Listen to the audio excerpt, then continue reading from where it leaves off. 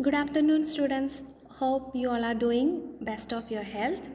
And today in our lecture, we'll be discussing on constraints of agribusiness management, or we will see what are the constraints involved in agribusiness management. So far in our past lectures, we have seen what is agriculture, what is business, what is management. We have seen what is agribusiness management, what is the definition, what is the scope, dimensions, how agribusiness management is important in the Indian economy, how it is contributing to the Indian and the international economy.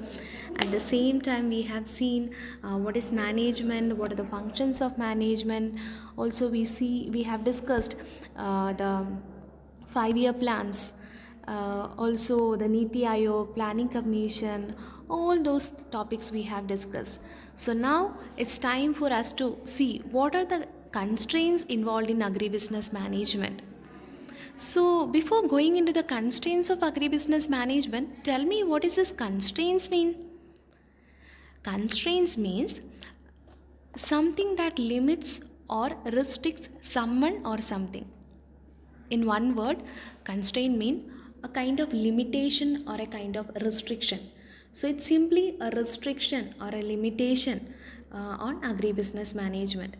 So when we speak about the constraints in agribusiness, that are the restrictions or that are the limitations in the agribusiness management. So we'll see what are the constraints in agribusiness management. The constraints of agribusiness management have been grouped under 4 broad categories, that are infrastructural constraints, technological constraints, social and cultural constraints, and finally the resource utilization related constraints. So we will see one by one. And in the infrastructural constraint, under the broad category, the infrastructural constraint, there are a number of constraints, sub constraints are there. So we'll see the first constraint in infrastructural constraint is transportation, and there are transportation constraints are there, energy related and energy or power related are there, irrigation related problems are there, communication, warehouse and storage related problems, institution related constraints. All these constraints comes under the infrastructural constraint. So we'll see what are the constraints related to the transportation. As you know, transportation is a means by which the commodities produced at either the goods and services produced at one place have to be shifted to the other place. So transportation plays a major role in the exchange of goods and services or commodities. So transportation plays a major role in exchange of the commodities. And we know in India being an agrarian country and the farmers being living in rural part of India, the agriculture produce harvested in the farm have to be shifted to the rural to the urban areas, to the cities. The markets maybe will be located in far places, maybe in cities. So to transport these things, we should be having a very good transportation facilities. We should have a very good logistic related aspect. We should have the vehicles, we should have the roadways, we should have the roadways, airways, waterways or railways. All these are the 4 major ways by which the transportation is made possible. And in India, the agriculture commodities are mostly transported using the road and railways. As we know, the agriculture commodities are perishable in nature. Their shelf life is very less. So that have to be to deliver the harvested produce in a fresh way. We have to transport that to the market at the earliest, so that will be we can sell in the market. And for the domestic exchange of the goods, we use mostly the roadways or the railways, and for the international exchange of the goods and commodities, we use the waterways and the airways. So transportation plays a major role in the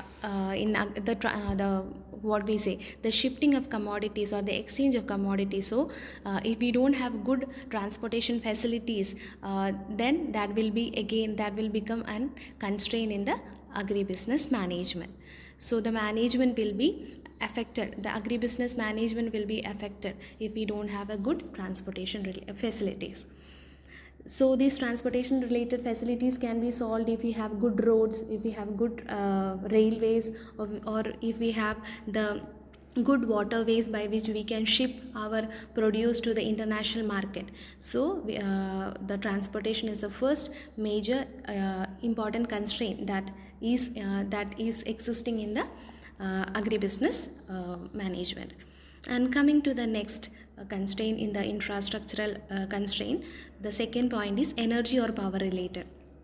We know in agriculture production, at each stage of the production we require energy. We use both the natural energies and non-renewable source of energy. So natural energy source is sun is a major source by which the natural source of energy we use. So the non-renewable source of energy we use the petrol, diesel and electricity. The power we use, like mostly for the operation of the tractor or the pump in an agriculture field, we require electricity, or we require diesel or petrol. Like these are the fuels we require. So to an extent, the energy or power related problems or the constraints can be solved if we use the efficiently use the renewable source of energy. Renewable source of energy are the naturally occurring source of energy. Now we'll see the what is another the next constraint in the infrastructure constraint is irrigation related facilities. We know starting from the tillage till the harvest of agriculture produce, or in the processing or in the marketing, all stages we require water or the irrigation. And in India, the traditionally the farmers used to apply the irrigation as a surface irrigation. They use the surface irrigation technique. Now to an extent, the problem of irrigation related facilities have been solved by the application of drip irrigation facilities or the sprinkler. To an extent, the problem have been solved by the adoption of these new technologies of drip and sprinkler. And now we'll see the next point, the communication related related problems have been solved by use of these like the social medias have been there are marketing information systems are there, the telephones, the televisions, radio and all other medias are there by which the information are like exchanged. The farmers are getting information, the market information are also communicated with the farmers. So communication related problems can be solved by way which if we improve the information related things, if we improve the informational techniques, if you adopt new technologies, adoption of phones, now everything is digital. The information related to the soil, the information related to the fertilizer, all the market related information, all those information have been available in the phones, the cell phones. So to an extent, the communication related problem is also solved by the use of by the adoption of the cell phones, the mobile phones, or by use of the earlier we used to have the radio or TV or newspaper as a media by which the information was communicated. But now that problem is also, the constraint is also solved to an extent by use of the cell phones or by the digitalization. Okay, next is warehouse and storage related problems. We know the agriculture produces are perishable in nature, and it is not available for the 12 months. The entire year the produce will not be available. All the agriculture produce are seasonal in nature, that will be available at a particular season, and till the next season we have to store the particular product until and unless that will not be available. So we should be having good modernized technology for the storage or the warehouse, the storage of the agriculture, the food related commodities. So the cold storages or good storage facilities have to be adopted. So warehousing is again a problem. So this problem can be solved if we have good food parks or mega food parks or storage facilities, cold storage facilities, And we know in India we have the FCI, where we stock the food grains. The food grains are stocked for as buffer stock. So if we have good stocking facility, the warehousing facilities, to an extent the food security problems or the food safety problems can be also, the all those linked problems can be also solved. So warehousing is again an infrastructural related constraint that exists in the agribusiness management, which can be solved by adoption of or building up of new warehouses, or bringing up of many warehouse facilities. So that problem can be also solved. Then next is institutional related.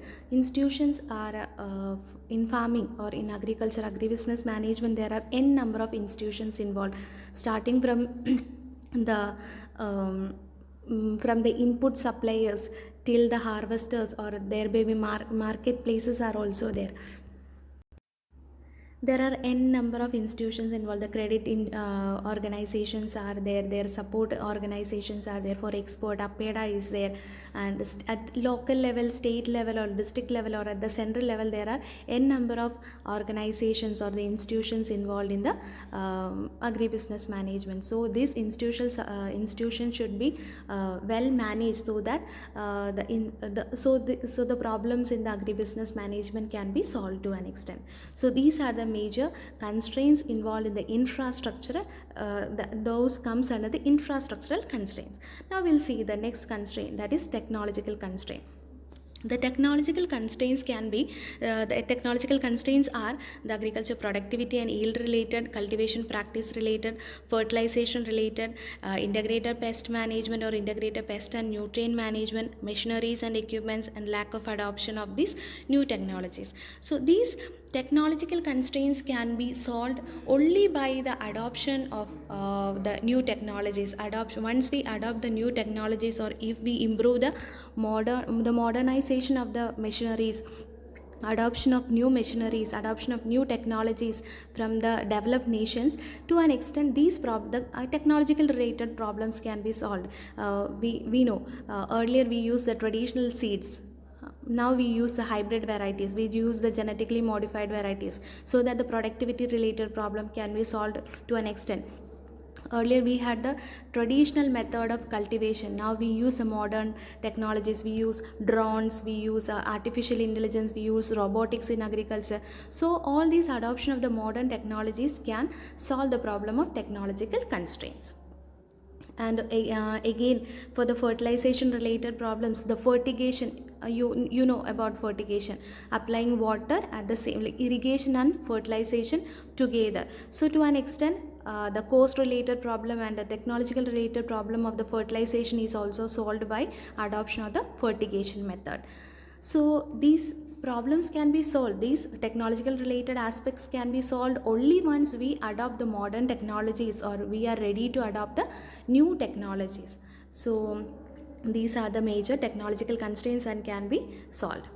And next comes the social cultural constraint. The social cultural constraints in agribusiness management exist because of the traditional concept of the farmers existing in India.